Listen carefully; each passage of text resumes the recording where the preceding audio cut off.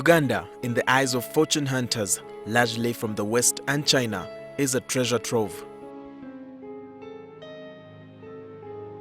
If the British were our masters during the epoch of imperialism, the Chinese today have taken their coveted position with a subtler approach than the West, anchored on a windfall of loans and development projects to placate indigenous communities and pliant African regimes.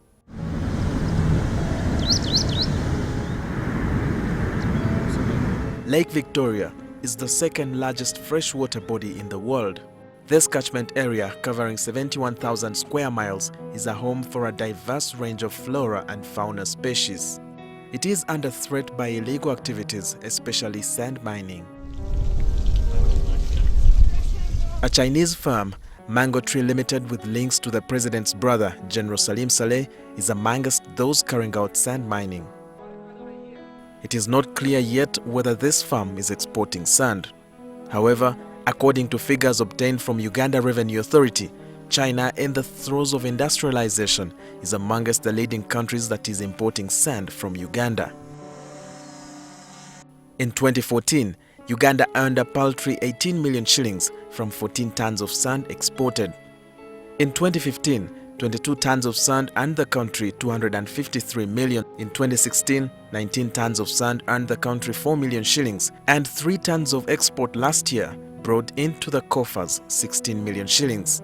Uganda Revenue Authority Commissioner for Customs, Dixon's Collins Kateshumbwa, did not respond to our calls to answer queries, including the disparities in the amount of money earned each year from the sale of sand.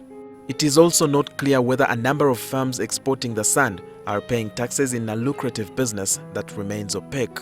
Other countries which are purchasing Uganda's sand are South Sudan, Democratic Republic of Congo, Tanzania, United Kingdom, and Morocco. The United Nations Environment Programme survey reveals that sand and gravel account for up to 85% of everything mined globally each year. Demand for sand is spread unevenly across the globe. Building booms in China and India have increased the need for sand in those markets. Globally, China accounts for a fifth of the world's sand imports, according to the Trade Statistics Branch of the United Nations. This is because of the frenzied development of new dams, roads, buildings, and factories. The country has used more sand in the last 4 years than the US has used in the last century.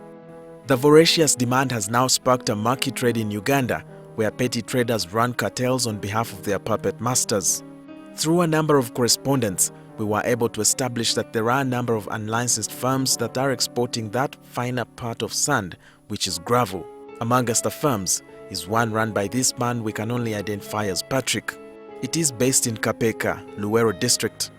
In this recorded interview on a mobile phone, we carried out an experiment to verify whether it was possible to purchase sand which we could export to China. The man on phone is Patrick, and this is the conversation. Hello? Hello. Mukulu ngasaze mukuuliza. Msenyo ngenda ku supplying ogo. Bala China bagala mba supplying. Mbamba de tuwa supplying ebyenyanja naye bali interested na musenyi. So kati bwenabadde njogeza kubuuza kubana abagwetika bana aba trucks bana abagutunda abatunda just gino gy'okuzimba. We bampedo omwana we angambire ntani nabwemanyi ali side ze Kapeka sokola ki so kwataganya naye ne mulaba bakuwadde sample zaabwe tebampadde sample naye bambulidde ebika byazo nabiwandisa mu katabo kange wano kati bakugambye batya ebika byakugambye bikaaki tusobola okwogerako wano ku simu nenfuna ekifaananyi naye buzibu nkyakufunye mbuli lumu ani yakuwa ennamba yange n'amannya gange jimpa mami asomba gundo musenyi wa truck. Communicating naye yakuwa ennamba yange. Tukole business nze tukola nawe kuba byewetaaga kijja kubisoma. Njala ku bintu nnaku zino byafuuka bizibu munnange. Yawo tugenda kukola business n'okuyimirwe. Tanziremu confidence. We later planned to film him secretly as he delivered the sample of the sand we were seeking to export, but fearing this could be a trap, he switched off his phone. For those like Sam Mukoli, who has been in the business for 13 years, sand mining is lucrative. Business, umusenyu business. Kati nze nganzo wawano. Osobola okungana okujja wano trip y'omusenyu. era nzija ne ngujjayo ne ngutwala ne nguzimbisa ennyumba n'omulala bw'otyo. Si nze nzekka ayagala ssente ate si nze nzekka ayagala okuzimba. According to Mukoli, the construction boom in some parts of the world has driven the demand of the golden grain to new heights. This man deals in sand mining preferred not to reveal his identity. However, he revealed that sand is extracted from Lake Victoria, packed and exported.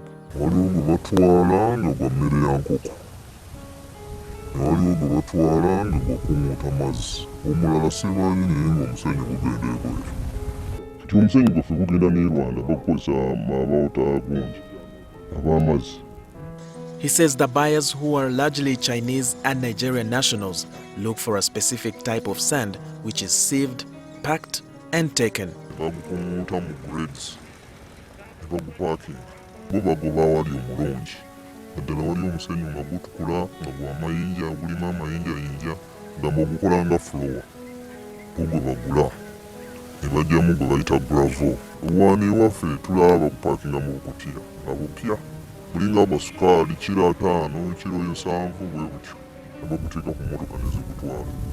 Unlike sand for construction, which is displayed to attract buyers, gravel has a specific market.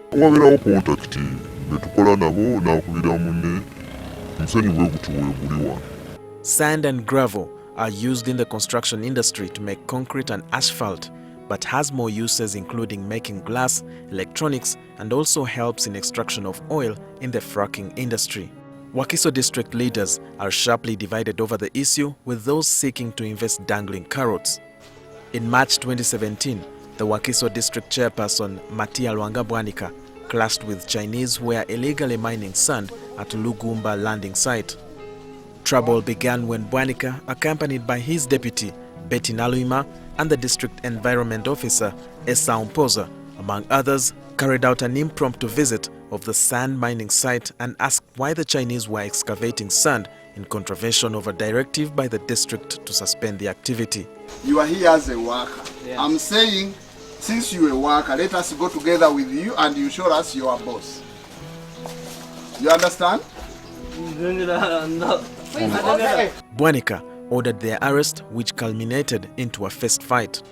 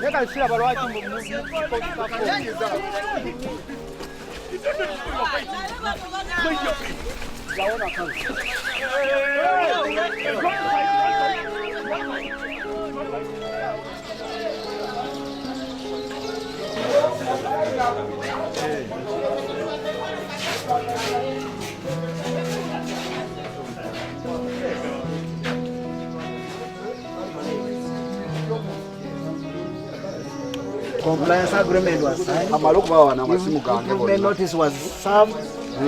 You see, we must have even this. They were served it. Minister of Water and Environment. You see.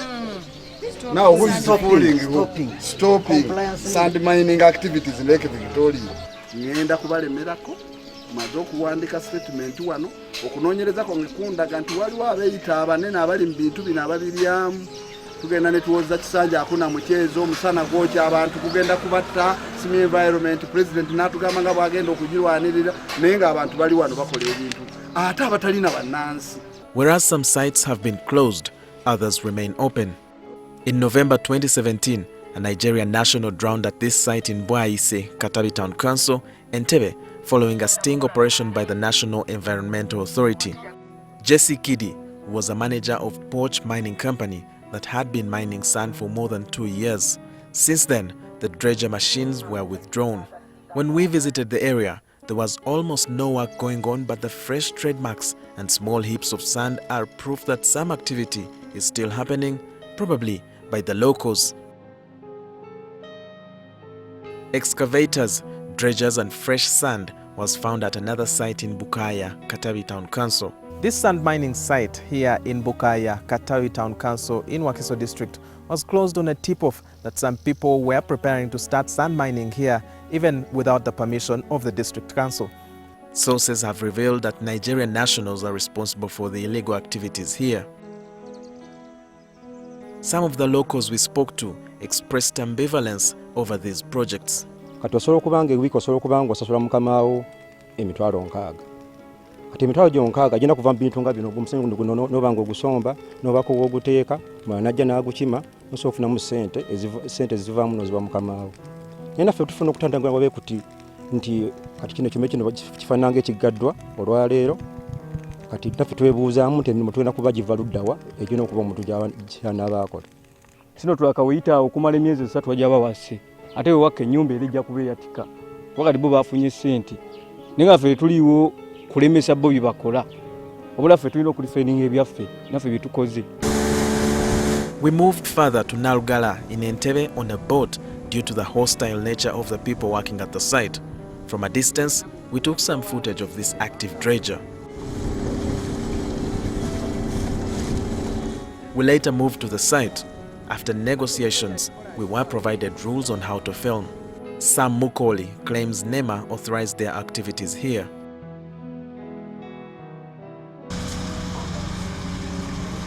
I asked Mukoli if he was aware that sand mining in Lake Victoria is illegal, and this was his response.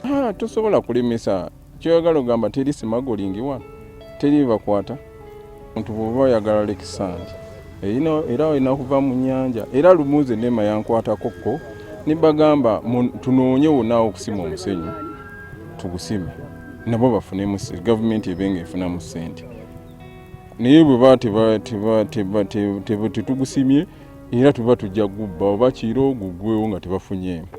He says they work with foreigners who have faster and improved methods of mining. Nigeria bajja ne technology waabwe era bakozesa ffe era bajja najja ku kitundu n'abuuza wali omusenyu n'omulagirira kati nze bantuukirira mmanyi oluzungu nasoma mbagamba we guli bwe bampaayo ssente zange nange mba nga nfuna olunaku nga ŋŋendera awo kuba teguba gwange balina okutegeeragana ne nannyini kifo bo ne basalawo ne bagenda mu NEMA ne bawa tenda ne bawa license. Recently, Mango Tree Group, a Chinese company mining sand in Kauku village on the shores of Lake Victoria, was halted by NEMA and the Wakiso District Council. The Deputy Executive Director of NEMA says Mango Tree has never been given a license to mine sand. The only certificate they have is for environmental impact assessment in regard to shipbuilding operations. Nothing else. Sometime last year, either last year or in 2016, there was a permit that was signed by the minister then. It was 2016, I think, of water and environment, which was in terms of dredging. But the dredging element was to enable them to build a docking center for the ships. Because if you have a ship plying, it has to dock at some point in time. And it is in that spirit that the minister did grant them that dredging permit. But that permit was for a duration of 1 year. And that year came and ended. And therefore, the permit as we speak now is no longer valid. The period passed. However, the president's brother, General Salim Saleh, who is the coordinator of Operation Wealth Creation, a quasi economic empowerment program, threw his clout behind the Chinese firm. While at a press conference in January this year, Saleh said that Chinese need the sand to construct industries in Namunkeke Industrial Park in Nakaseke district. Gwe mulimu gwabwe naye kakati district local government ebafuukidde ekizibu ate tebalina webawooleza. So ffe nga OWC kwe kuvayo ne tubawagira ne tugamba temutya tujja kuba tuwakana n'ebitongole n'awaggulu wonna. General Saleh said if they are not allowed to get sand, a number of projects will stall. Tubabuulidde demand y'omusenyu gw'egaali y'omukka. Tubabuulidde capability ya kampani eno y'abasajja bano okugoggola ennyanja kugiteekamu amakubo agayitwamu emmeeri, okuzimba emyalo nga okawuku baagala kuteekawo port, okuzimba emmeeri. However, Christina Akello says caution should be taken if activities of sand mining are to be taken into the lake. Because the changes in climate are not favorable to us. If the lake could dry up 2 times before, when our population was very small, less than 6 million then, much less than that. How about now that we are going to 40 million plus people? How about now when we have more industrial processes, more demand for water for consumption, more requests for fisheries resources, and therefore to feed not only our industries, but also providing fish on our tables? We therefore have to be very mindful of that. Akello says the legitimate plans for wealth creation and improving livelihoods of people should not be done to benefit a few people. We have to be mindful where we put our capital in, where we put our focus for wealth creation in, not to resources which are already fragile in nature.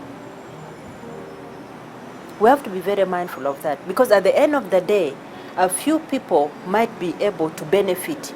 They'll get rich at the expense of the entire nation. And that is something that history will not forgive us for. Not only history, but also our neighboring countries. Akello also warns that this can spark a regional conflict amongst the other beneficiaries of the lake. Egypt and Sudan, for instance, will not look on as our activities have the potential of undermining the entire water resources that feed into the River Nile. So this is a big question. It is bigger than we think. It goes beyond wealth creation. It goes beyond Uganda. Katabi Town Council Mayor Ronald Kalima told NTV that efforts to stop these activities have yielded no results. They only come when we have stopped them. And even when they come, they don't fulfill what we tell them. Many of them are working illegally, and we have nothing to do. He says others rely on the army. This poach company, I stopped them last year. That's when they came. When they came, one man introduced himself as a soldier. Then I told him, so what? When you're a soldier, do you mean you're going to destroy this? And it is, after some time, we even discovered he's not a soldier, you see? So it was like, for us, they allowed us. I asked them their permit. So when I looked at the permit, which was temporary from NEMA, it was saying that they have given them 17 acres in that swamp you've seen, 17 acres. Kalema revealed that the town council loses capital in form of uncollected taxes. Their illegal working normally can make us lose about 100 million shillings. And they have those dredgers. Dredging causes pollution and harms local biodiversity. Thinning coastlines affect beaches' capacity to absorb stormy weather and breeding areas for fish.